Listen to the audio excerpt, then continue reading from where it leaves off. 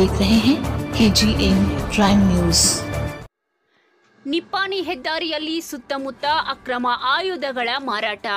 ವೀಕ್ಷಕರೇ, ಮಾರಕಾಸ್ತ್ರ ನಿಷೇಧವಿದ್ದರೂ ಸಹ ಕೆಲ ಮಾರಕಾಸ್ತ್ರಗಳನ್ನ ಮಾರಾಟ ದಂಧೆ ಮಾಡುತ್ತಿರುವ ಯುವಕರು.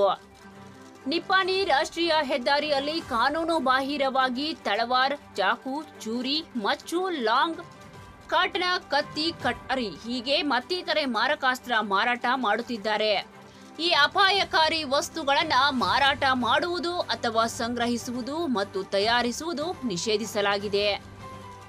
ಆದರೂ ಕೂಡ ಇಲ್ಲಿ ಪ್ರತಿನಿತ್ಯ ಹೆದ್ದಾರಿ ಪಕ್ಕದಲ್ಲಿ ನಿಪ್ಪಾಣಿ ಸ್ತವನಿಧಿ ಘಾಟ್ ಹಾಗೂ ನಿಪ್ಪಾಣಿ ಸಕ್ಕರೆ ಕಾರ್ಖಾನೆ ರಸ್ತೆಯಿಂದ ಕೋಗನೋಳಿ ಟೋಲ್ ಗೇಟ್ ವರೆಗೆ ಮಾರಕಾಸ್ತ್ರ ಮಾರಾಟ ದಂಧೆ ಹಬ್ಬಿದ್ದು, ಯಾಕೆ ಇವರ ಮೇಲೆ ಕಠಿಣ ಕಾನೂನು ಕ್ರಮ ಕೈಗೊಳ್ಳುತ್ತಿಲ್ಲ? ಈಗಾಗಲೇ ಕೆಲ ಜನ ಸಾರ್ವಜನಿಕವಾಗಿ ತಮ್ಮ ಹುಟ್ಟು ಹಬ್ಬಗಳಲ್ಲಿ ಕೇಕ್ ಕತ್ತರಿಸಿದರು. ಅಂತಹ ಜನರ ವಿರುದ್ಧ ಕೇಸ್ ದಾಖಲಿಸಿದ್ದಾರೆ. ಇವರು ಅಪಾರ ಪ್ರಮಾಣದಲ್ಲಿ ಮಾರಾಟ ಮಾಡಿದ್ದಾರೆ ಹಾಗೂ ಇವತ್ತಿನವರೆಗೆ ಅಕ್ರಮ ಆಯುಧಗಳ ಮಾರಾಟ ದಂಧೆಯಲ್ಲಿ ತೊಡಗಿದ್ದಾರೆ. ಇವತ್ತಿನ ದಿನ ನಮ್ಮ ಸುತ್ತಮುತ್ತ ಕೆಲ ಕೊಲೆ, ಬಡೆದಾಟ, ಹೊಡೆದಾಟ ನಡೆದಿವೆ.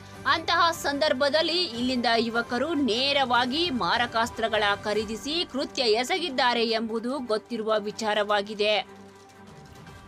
ಇವರ ಅಡ್ಡೆಗಳ ಮೇಲೆ ಏಕೆ ಕಾರ್ಯಾಚರಣೆ ನಡೆಸುತ್ತಿಲ್ಲ? ಇನ್ನಾದರೂ ಇವರ ಮೇಲೆ ಕಠಿಣ ಕಾನೂನು ಕ್ರಮ ಕೈಗೊಳ್ಳುತ್ತಾರಾ ಎಂದು ಕಾದು ನೋಡಬೇಕಿದೆ.